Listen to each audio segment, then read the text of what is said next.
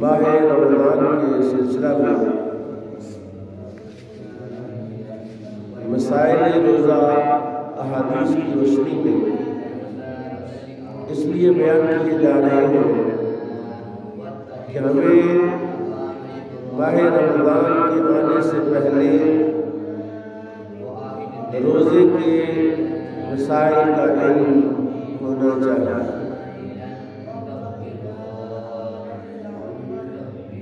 نبی کائنات امام الانبیاء صلی اللہ علیہ وسلم نے ارشاد فرمایا من زارع القیہ وهو صائم فلیس علیہ قضاء ومن استقاء ابدا فلیقض۔ جس بندے پر حالت روزہ میں اس کو الٹی آ جائے، کیا آ جائے، تو اس پر قضا نہیں، الٹی آنے سے روزہ نہیں ٹوٹتا، تھوڑی آئے یا زیادہ آئے۔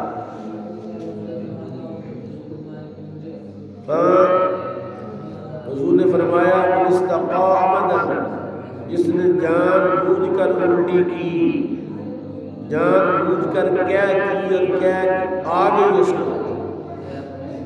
فَلْيَقْضِي، وہ اس روزے کی قضا کرے گا۔ گویا جان بوجھ کر الٹی کرنے سے روزہ ٹوٹ جاتا ہے، لیکن روزہ اگر الٹی کرنے سے ٹوٹ گیا پھر بھی احترام روزہ میں شام تک کچھ کھائے پیے گا نہیں۔ جس طرح خواتین اگر روزہ رکھ لیں اور روزے کے دوران ان کی وہ کیفیت شروع ہو جائے تو ان کا روزہ تو نہیں رہا، لیکن احترام روزہ میں وہ شام تک کھائیں پیے گی کچھ نہیں اور اس روزے کی قضا کریں۔ نبی کریم صلی اللہ تعالی علیہ وسلم نے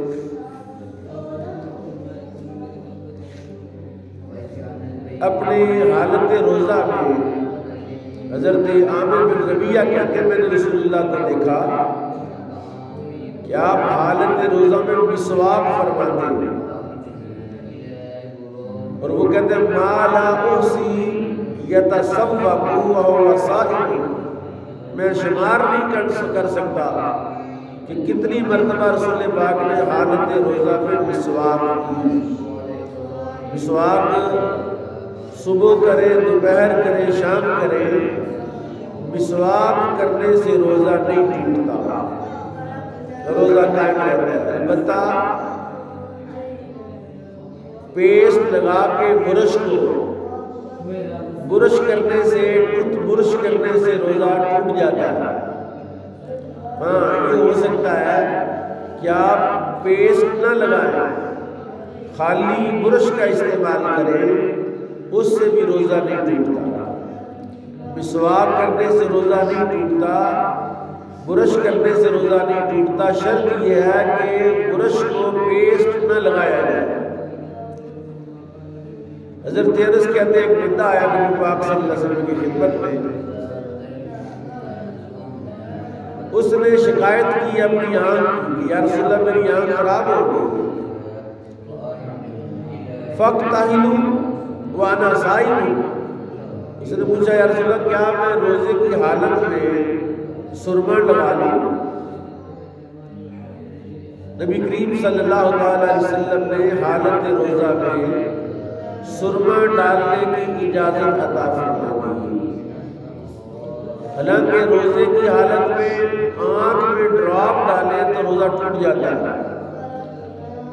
ٹیوب ڈالیں تو روزہ ٹوٹ جاتا ہے، کسی بھی قسم کی میڈیسن آنکھ میں استعمال کرنے سے روزہ ٹوٹ جائے گا، صرف سرما ڈالنے سے روزہ نہیں ٹوٹے گا۔ اس کی وجہ یہ ہے کہ جو شارع علیہ السلام جنہوں نے شریعت کو وضع کیا ہے، بنایا ہے،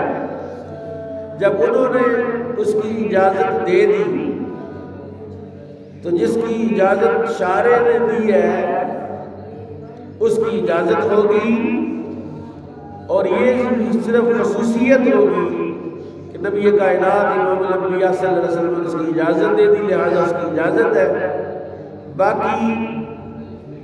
کسی قسم کی دوائی آنکھ میں ڈالے روزہ دار تو روزہ ٹوٹ جائے گا۔ حضرت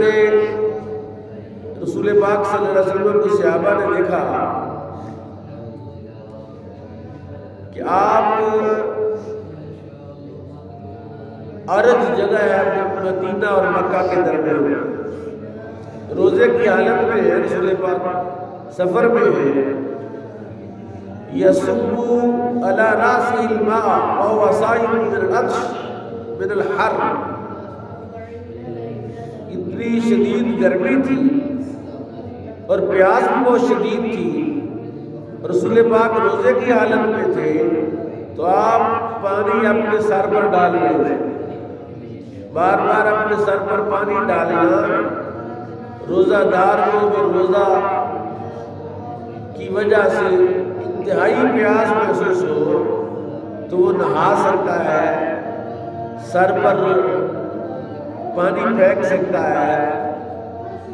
جسم کے ظاہر حصے پر کچھ بھی لگائے تو روزہ ٹوٹتا نہیں، چاہے وہ تیل ہو، چاہے وہ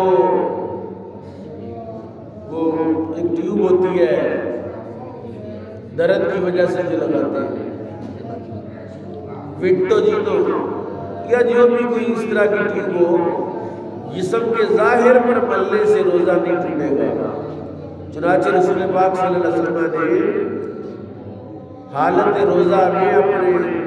سر انور پر پانی ڈالا ہے۔ اسی طرح کل بھی یہ مسئلہ بیان ہوا اور آج پھر حدیث آ گئی کہ حالت روزہ میں حجامہ کروانا، جسم سے خون نکلوانا بطور علاج کے، اس کی بھی شرع میں اجازت ہے، بلکہ رسول پاک صلی اللہ علیہ وسلم کی سنت پاک ہے۔ اور اگر کوئی بندہ حجامہ کرنے والا، ایک ہے حجامہ کروانے والا، آج کل تو حجامہ کے لیے نئی ٹیکنیکس آ گئی ہیں، اس زمانے میں جو حجام ہوتا تھا وہ جس کے ساتھ حجامہ کرنا اس میں منہ لگا کے وہ سک کر دیتا، وہ یعنی کھینچتا تھا اپنے منہ کے ساتھ خون کو، تو حجامہ کروانے والا اس کا روزہ ٹوٹ جائے گا، کیونکہ ظاہر اتنی زور سے اس نے خون کھینچنا ہے اور اپنے منہ کے ساتھ اس کو، تو بعض اوقات خون کا کچھ حصہ اس کے حلق میں بھی جا سکتا ہے، لہذا اس سے روزہ ٹوٹ جائے گا۔ البتہ حجامہ کرانے والے کا روزہ نہیں ٹوٹے گا۔ نبی کائنات امام الانبیاء صلی اللہ علیہ وسلم نے ارشاد فرمایا، کم من صائم لیس لہ من صیامہ الا الظمأ وکم من قائم لیس لہ من قیامہ الا السحر۔ حضور نے فرمایا بہت سے روزہ دار ایسے ہیں جو روزہ تو رکھتے ہیں لیکن ان کا روزہ سوائے پیاس کے اور کچھ بھی نہیں، یعنی روزے کے آداب کا لحاظ نہ کرنا، روزے کی جو چیزیں لازم ہے روزے کے لیے، جھوٹ چھوڑنا، غیبت چھوڑنا، گناہ کا کام چھوڑنا، تو حضور نے فرمایا بہت سارے روزہ دار ایسے ہیں جو روزہ تو رکھتے ہیں صرف پیاسے رہنے کے لیے یا بھوکے رہنے کے لیے، اور بہت سے ایسے لوگ ہیں جو راتوں کو قیام تو کرتے ہیں لیکن سوائے تھکاوٹ کے انہیں کچھ حاصل نہیں ہوتا۔ کیا مطلب کہ رات کا جو قیام ہے، نوافل ہے، تراویح ہے، تراویح پڑھنے والا بندہ یا تراویح پڑھانے والا بندہ اگر قرآن غلط پڑھ رہا ہے اور پیچھے جو نمازی ہے ان کو بھی پتہ ہے کہ ہمارا جو امام ہے وہ قرآن پاک کے ساتھ زیادتی کر رہا ہے، پھر بھی وہ پیچھے کھڑے ہو کے تراویح پڑھتے رہتے ہیں، تو ان کو تراویح میں سوائے تھکاوٹ کے اور کوئی فائدہ نہیں ہوگا۔ اسی طرح رات کو تو وہ جاگ گیا، رات کو دوسرے نوافل پڑھے، تہجد پڑھی، تراویح پڑھی، فجر کی نماز چھوڑ دی یا نماز عشاء چھوڑ دی، رات ساری اللہ اللہ کرتا رہا، تو حضور نے فرمایا ایسے بندے کو سوائے تھکاوٹ کے اور کچھ حاصل نہیں ہوگا۔ اللہ تعالیٰ نبی کریم صلی اللہ علیہ وسلم کی ارشادات کو اور آپ کی احادیث کو یاد کرنے کی توفیق نصیب فرمائے، اور ماہ رمضان کا شدت سے انتظار اور اس میں اپنی زندگی کے معمولات کو غیر رمضان سے بدل کر رمضان کے لیے، ماہ رمضان کے لیے خاص کرنے کی توفیق نصیب فرمائے۔